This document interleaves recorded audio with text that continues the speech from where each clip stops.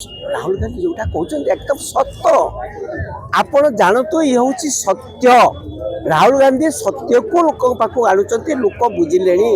संपूर्ण भाव में संविधान बर्तमान संकट में आज बर्तमान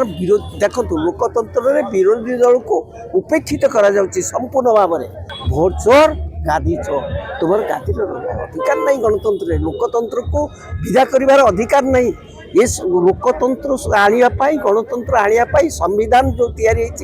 देश में शक्तिशाली करने देश को ये संविधान को दुर्बल कर अधिकार तुम ना तुमको छाड़िया पड़ो गादी तुमको ये देश में तुम मनमानी चलो ना एक सूत्रवाद चलो ना। श्राद्ध दिवस डॉक्टर बाबा साहेब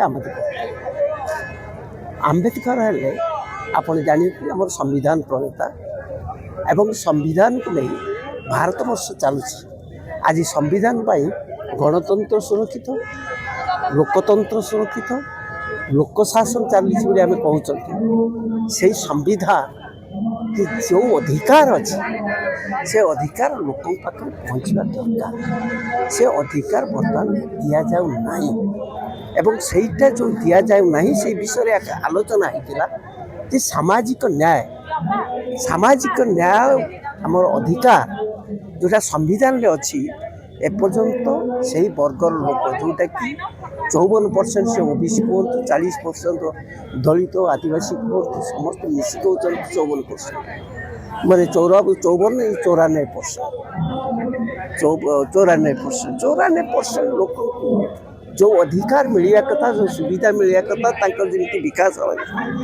आर्थिक उन्नति हवा कथा बोधे ता तो हो पारना अन्य पक्षे मनुष्यर संपत्ति है ज्ञान ज्ञान शिक्षार आसे शिक्षा क्षेत्र में जो अधिकार रही दलित मानकर आदिवासी मानकर हरिजन मानकर जहाँ सुविधा दिया कथा संरक्षण व्यवस्था करने कथा से संरक्षण व्यवस्था करा 50% दलित आदिवासी अच्छी किंतु ओबीसी जो 27% माड्रास कले भी ये दि जाऊ ना माड्रास ये 54% थी भी से उपेक्षित अच्छा तेणु से लोक को सचेतन करवा एवं न्याय मिलवा जोटा कि आमर नेता सर्वोच्च नेता राजीव गांधी भारत वर्ष कहते संख्या जहाँ भागता जो संख्या जो अच्छी से आधार जदि प्रकृत में आम प्लान करूँ योजना करूँ एवं विषय चिंता करूँ उत्थान हो पार तेणु से आमर दाबी प्रथम कथा है शिक्षा क्षेत्र जो अधिकार से अधिकार वंचित से अनुसार रिजर्वेशन दि जाऊ सबु क्षेत्र में मेडिकल टेक्निकल अन्य क्षेत्र सब क्षेत्र दि जाऊ से शिक्षित हेले ऑटोमेटिक से शक्तिशाली हेबे कहीं समस्त संपत्ति बड़ संपत्ति होची जो प्रत्येक व्यक्तिर सबुठार संपत्ति बड़ संपत्ति होची ज्ञान ज्ञान शिक्षा शिक्षा यदि शिक्षा यदि सबल ताले तार असुविधा केतबेले रहिबो सेहिति पई आमे जोटा उपेक्षित कर सरकार आज दीर्घ वर्ष धरी करूना ध्यान दौना आलोचना कले भी होना से विषय गोटे आज तांकर 70तम श्राद्ध वार्षिक श्रद्धांजलि दबा आड़े से संविधान ने दूरदृष्टि रखी से ये समाज पाई देश पाई विकास करने आज जितेबले से बर्तमान संविधान दुर्बल होगा जाऊँगी शासन जितेबले लोक को भूली जाई केवल केते शिल्पपति आधार रे कार्य करी बर्तमान देश को शिल्पपति को टेकी देवा चाहूँगी गरीब को शोषण कर ये आलोचना हो सचेतन करने आशा कर सरकार ये नतीजे ताले ये आंदोलन लोक आंदोलन परिणत हम संविधान को से उपेक्षित करें ना ये हूँ आम संकल्प संविधान दिवस रे बाबा साहेब श्रद्धांजलि 70तम श्राद्ध उत्सव श्रद्धांजलि दबा आड़े आमर ये हूँ संकल्प। राहुल गांधी जोटा कहते एकदम सत्य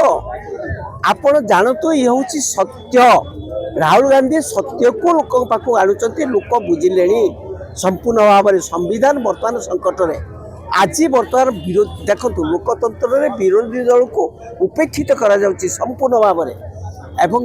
गणतंत्र सबुठार बड़ अस्त्र हूँ भोट लोक मत गरीबर गोटे भोट गोटे वित्तशाली गोटे भोट समा ये हूँ गणतंत्र से गणतंत्र में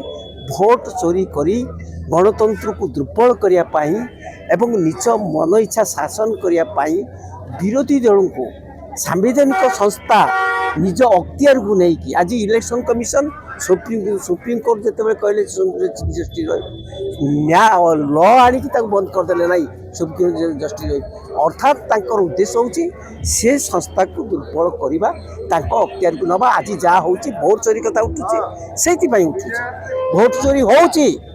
ଏମାନେ ପ୍ରକୃତ ଲୋକମତରେ ସରକାର ଗଢ଼ି ନାହାନ୍ତି। ଏମାନେ ଲୋକଙ୍କୁ ଭୟଭୀତ କରି ବିରୋଧୀ କି ଭୟଭୀତ କରି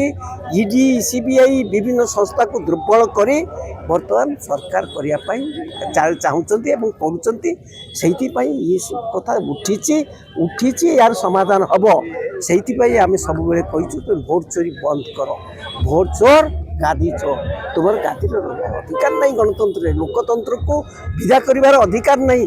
ଏ ଲୋକତନ୍ତ୍ର ଆଣିବା ପାଇଁ ଗଣତନ୍ତ୍ର ଆଣିବା ପାଇଁ ସମ୍ବିଧାନ ଯେଉଁ ତିଆରି ହେଇଛି ଏ ଦେଶରେ ଶକ୍ତିଶାଳୀ କରିବା ପାଇଁ ଦେଶକୁ ଏ ସମ୍ବିଧାନକୁ ଦୁର୍ବଳ କରିବାର ଅଧିକାର ତୁମର ନାହିଁ। ତୁମକୁ ଛାଡ଼ିବାକୁ ପଡ଼ିବ ଗାଦି। ତୁମକୁ ଏ ଦେଶରେ ତୁମର ମନମାନି ଚଳିବ ନାହିଁ, ଏକଛତ୍ରବାଦ ଚଳିବ ନାହିଁ। ଅଘୋଷିତ ଜରୁରୀକାଳୀନ ପରିସ୍ଥିତି ସୃଷ୍ଟି କରିକି ଭାରତବର୍ଷକୁ ଦୁର୍ବଳ କରିବାର ଅଧିକାର ତୁମକୁ ଦିଆଯିବ ନାହିଁ।